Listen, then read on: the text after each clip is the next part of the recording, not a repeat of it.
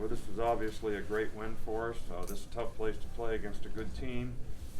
Certainly proud of the way our guys competed in the game. And you know, you say you got to always play the next play. We certainly shot ourselves in the foot 3 times in a row in the red zone where we threw an interception and kicked 2 field goals. In a critical time in the game where we really could have sort of broke the game open early on. You know, defensively we played decent at times, but at times we gave them plays that we shouldn't have.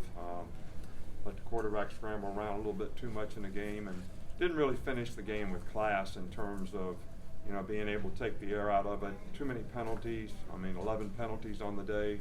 I think special teams was huge in this game. We had over 300 yards in returns.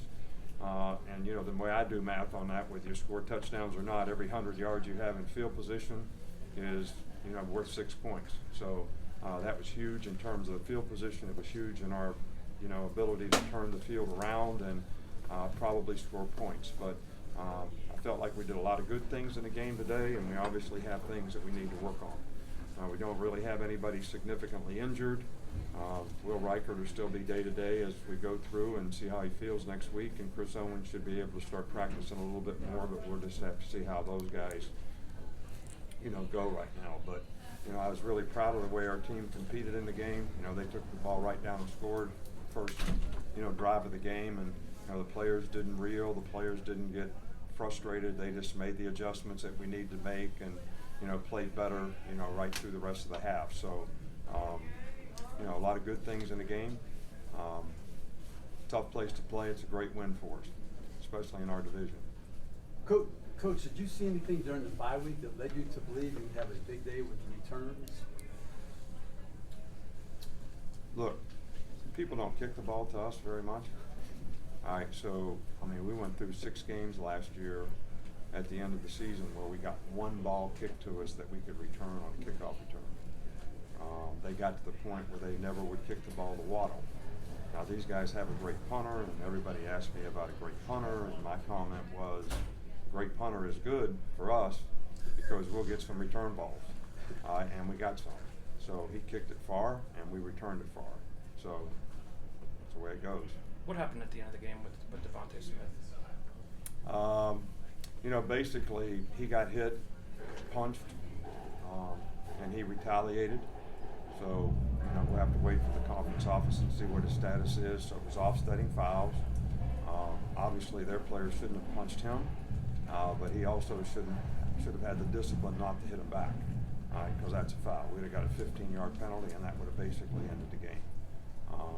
We also got another penalty for pushing a foul at the end of the game, which we're trying to take the air out of the ball so the other team can't get the ball back. Can't get penalties. Let the shot clock run out. I mean, just didn't finish the game like you need to finish the game. You don't want to give good teams the ball back. You want to try to win the game on offense, take the air out of it. Don't give them extra possessions.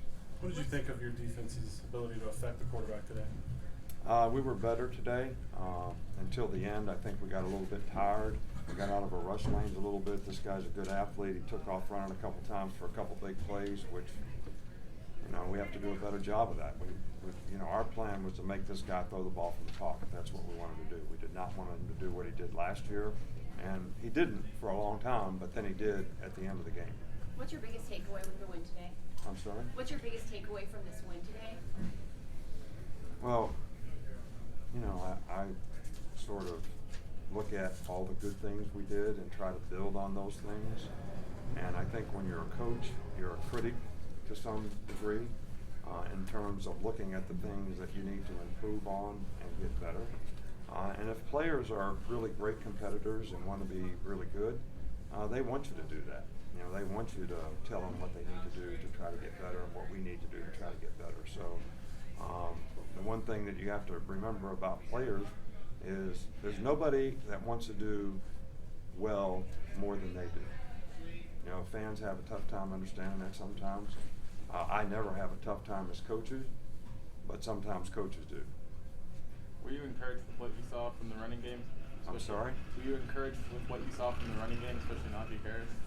Well, I thought we did a good job for the most part, created balance, and we were able to run the ball at the end of the game when we needed to, which I think was a real positive.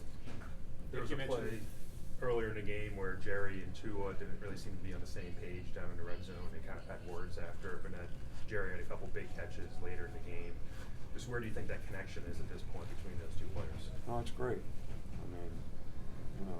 Sometimes, we read routes sometimes based on coverages or how people are playing, and you're counting on both guys sort of seeing the same thing, and that doesn't always, happen exactly that way. But those two guys work together well. I think we have great chemistry, with all of our skilled players on offense with the quarterback. He does a really good job of leading and being positive and encouraging, those players. And, I think he appreciates the fact that they all make a lot of great plays.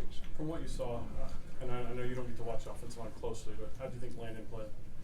It'd be hard for me to say, but I never heard a lot of negatives, on the headset about what he was doing.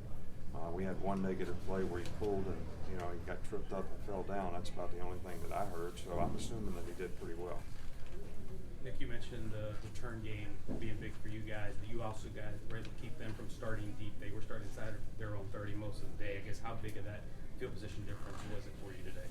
Well, I think it was huge. Obviously, we blocked the punt and scored on special teams and changed field position. And I think the fact that even when we didn't score, we removed the ball and kept the ball some today, so we changed field position from that standpoint. And, that was probably really good for us defensively. You talked about controlling the game over the last couple of weeks. How did you feel you did with that today? It seemed like there were a couple of longer drives. I don't really understand your question. Like being able to control the clock and sustain drives a little longer. Look, man, I want to score. I try to explain that to you guys. All right, so if we score fast, which we scored fast a couple times a day, I'm okay with that. It still counts.